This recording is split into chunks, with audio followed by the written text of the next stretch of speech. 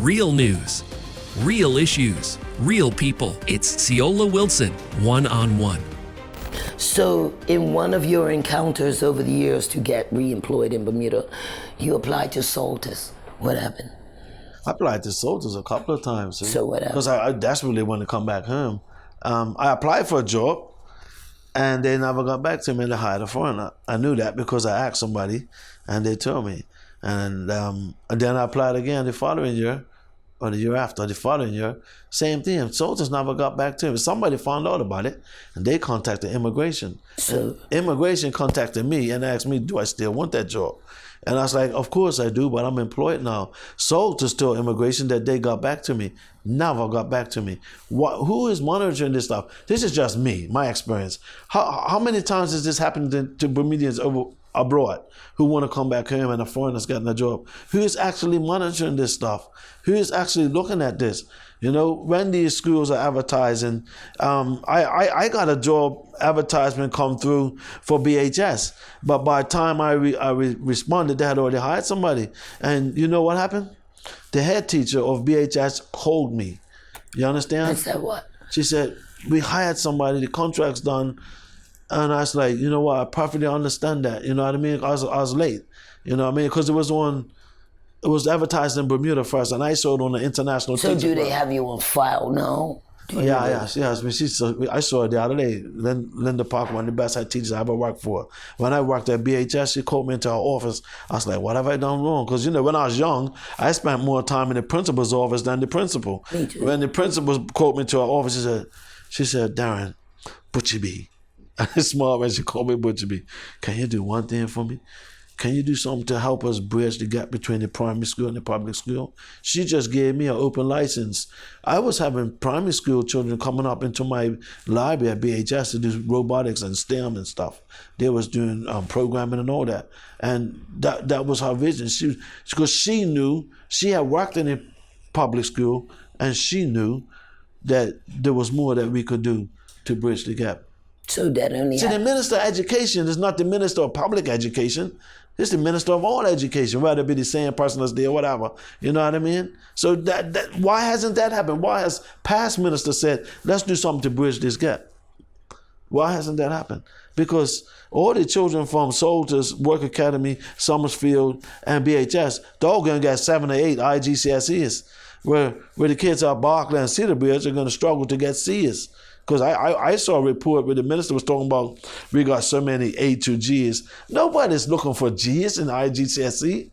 That's failing. It's a passing grade. If you not got a C or above, you haven't passed. So what is that? That's the mediocrity that we have. But it hasn't changed, Pete. It hasn't changed, man. At least, okay, the PLP said the transfer exam was elitist, discriminatory. Yeah. We came through that. Yeah, we came through that. Transfer exam separated the bright ones from the mediocres. Yeah. And then they had programs for the bright ones, and they had programs for those are the And there's 2 schools back then were Berkeley and Work Academy when it came to public. The academics, yeah. See, there's but Berkeley's standard now is not what it used to be. No, it's not. It's a joke. I know. I was talking to my nephew, teasing him and his mates the other day.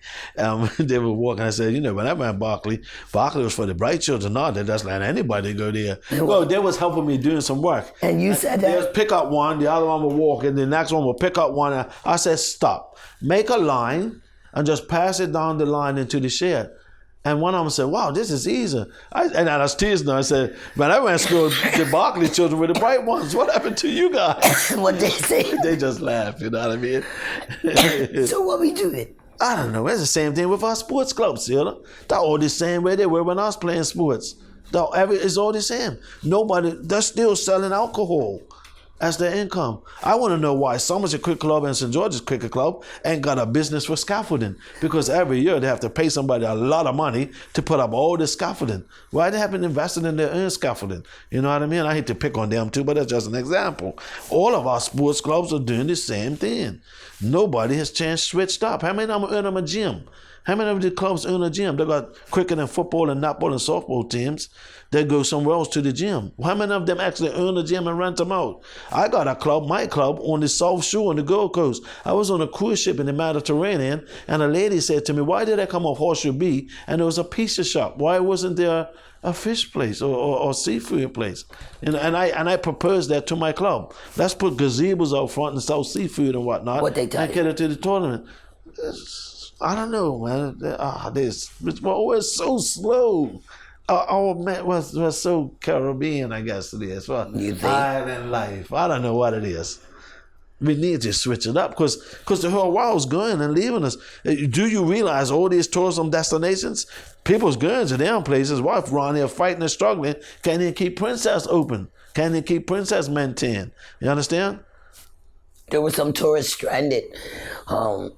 I think one Friday the cruise ship was leaving at 5, so they were all dashing up to the bus stop. You sent me pictures. Yeah. But we Yeah. haven't had tourists for 2 years. Yeah, that one. Hey, we can't get it right. I was sitting on my porch for an hour and a half. I was working, and I saw the line going from the bus stop going down the hill. Bus after bus came. Few got on. Someone wasn't the right bus.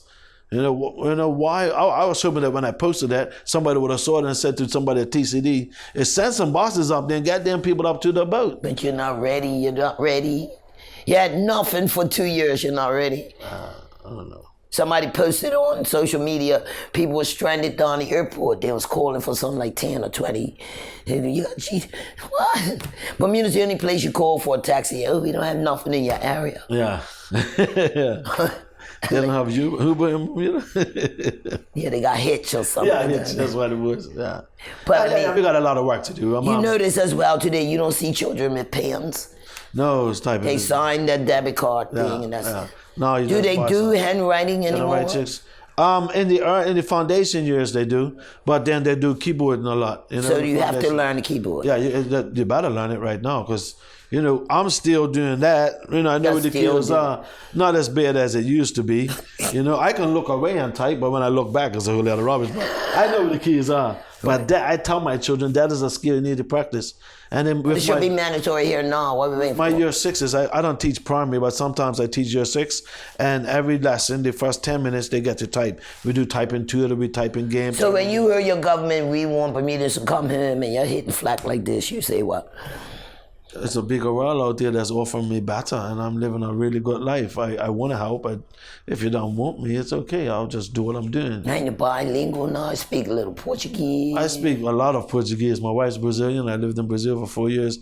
I wouldn't say that I'm fluent in Chinese, but I can get in a taxi and tell them where I'm going. If I'm in a shop, I can tell them what I want. So or you'd how be many like, I want. oh, you could do that for real. I can't believe you. And it's so funny when I was in China, I speak just a bit of Mandarin. They just used to laugh because they say, because China just opened up to the world Right. like the last 40 years. So people think Chinese are really racist. They just haven't seen people like us before. So when you're a black guy talking Yeah, to Chinese, what they they do, just laugh and it's like, "Ni hao," and then they want to get in this conversation with me. I'm like, you know what the heck they're saying. Then and you get lost. And I know that ask me where I'm from, I just say Bashi, which is Brazil. Because if I say Bermuda, they ain't got a clue. If I say Bashi, Neymar, you know what I mean? Wow. And I'm able to communicate like that. But if I heard 2 Chinese speakers, I also speak Patois, Australian, US, Canadian. So I speak a lot of And languages.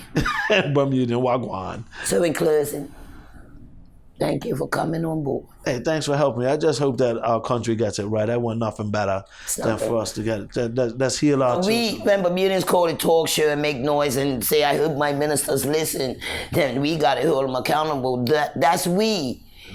Okay? You can't sit up and keep talking about it.